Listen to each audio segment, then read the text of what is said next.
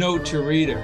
In this book, we will learn why the iconic geological exfoliated structure known as the Old Man in the Mountain collapsed into a pile of igneous rock chips on a certain October night in 2003. Johnny's back in town. Murder, mayhem, and monkey business.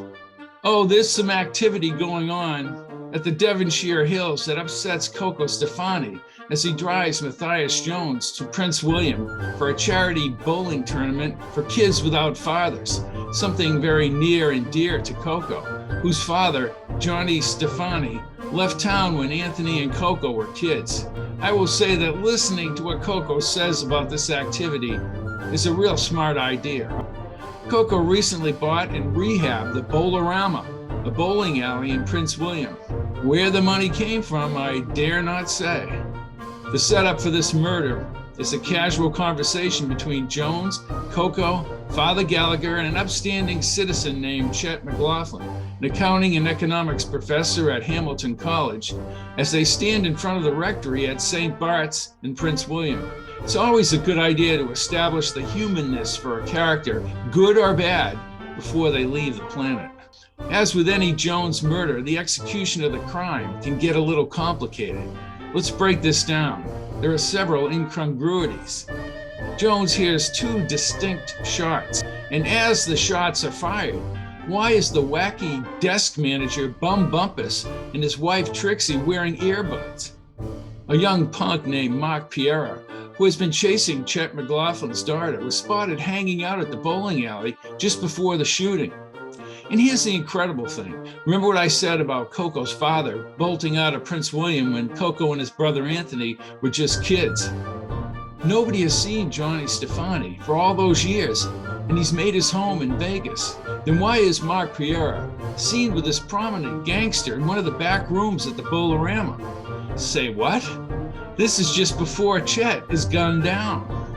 Needless to say, ladies and gentlemen, when the shots are fired, the bowling alley explodes into total chaos. Mark Pereira is seen leaving the alley at this time.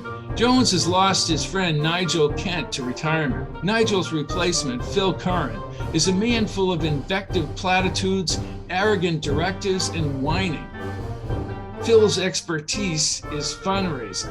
What's weird is that Phil Curran, who is employed at a school upstate, has several subtle connections to Chet McLaughlin.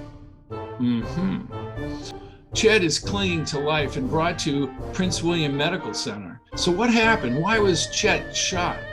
And why is Johnny involved? PJ Fletcher flies back from Chicago to protect the college's interests. Coco Stefani is intelligent and relies on his streetwise instincts. Coco literally dissects the anatomy of the shooting in a way that the police cannot. Coco knows the nooks and crannies of the Bowlarama building from the rehab and from when he and Anthony were kids. Only Coco's prowess and inside knowledge establishes that this is a professional hit. Chet's background, investigated by Jones, proves to be unbelievable, yet Jones verifies it. Now what? Certain credible death threats against Jones and Frannie determine what happens next. PJ tells them to leave the Prince William area for a few days, but Jones is accumulating background information on Chet, and so is Coco. But Jones and Coco only get into deeper trouble as they head into northern New Hampshire to find out more information about Phil Curran's fundraising at an all-girls school. Coincidentally, also heading north for some anniversary weekend is Arnie Dewars, Bucky Driscoll, and Ralph Waldo Muddy Jacobs, along with the Brannigan boys. Jones realizes that something is being covered up, and after confronting school personnel, he and Coco find themselves in great danger. A wild scene at the hotel is later combined with the Hamilton contingent of Arnie, Bucky, and the Brannigans. As crazy as the hotel scene is, it's not the final confrontation scene. That scene involves Coco and Jones facing Phil Curran and Johnny Stefani in what could be a cataclysmic and certain death. And what of the old man in the mountain? The old man collapsed into the valley on May 3rd, 2003. The Hamilton contingent featuring Arnie Dewars are there on that fateful evening when the old man was no more. As the book ends, Jones and Coco Watch a complete video starring Arnie Dewars and the demise of the old man in the mountain.